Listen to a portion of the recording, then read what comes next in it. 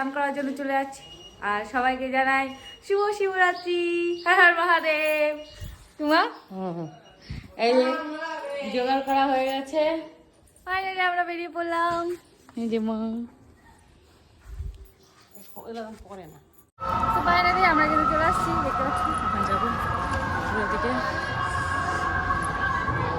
তো আমরা কিন্তু ফাইনালি চলে আসলাম বকুলতলাতে। তোমরা আগেও ভিডিওতে দেখেছো আর দেখতে পাচ্ছ ডেকোরেশনটা একবার দেখো, বিয়েবাড়ির ডেকোরেশন। কারণটা হচ্ছে আমরা যেটা জানি সেটা হচ্ছে আমাদের বাবা ভোলানাথ আর মাতা পার্বতীর হচ্ছে এই সময় মিলন ঘটেছিল, মানে বিয়ে হয়েছিল, ওই জন্য এই ডেকোরেশনটা করা।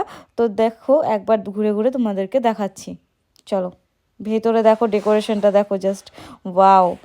তো বন্ধুরা আমার দিদাকে একবার দেখো, কি নাচের নাচ।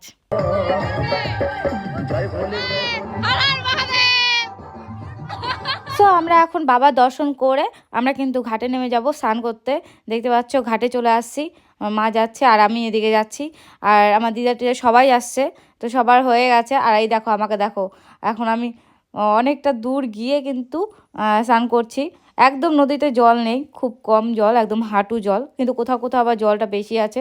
তারপর আমি মূর্তি তৈরি করে তারপর পূজা টুজা দিয়ে দিলাম, এবার জল ঢালবো বাবাকে।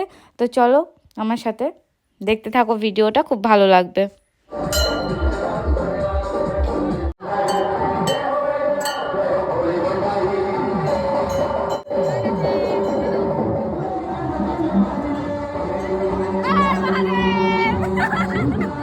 আমাদের কিন্তু প্রথম পর্বে জল ঢালা হয়ে গেল, তো দেখতে পাচ্ছ।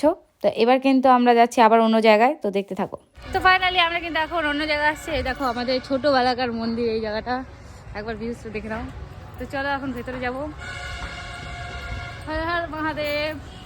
চলো, আমরা কিন্তু এখানে খুব খেলাধুলা করতাম, তো দেখাচ্ছি। এই যে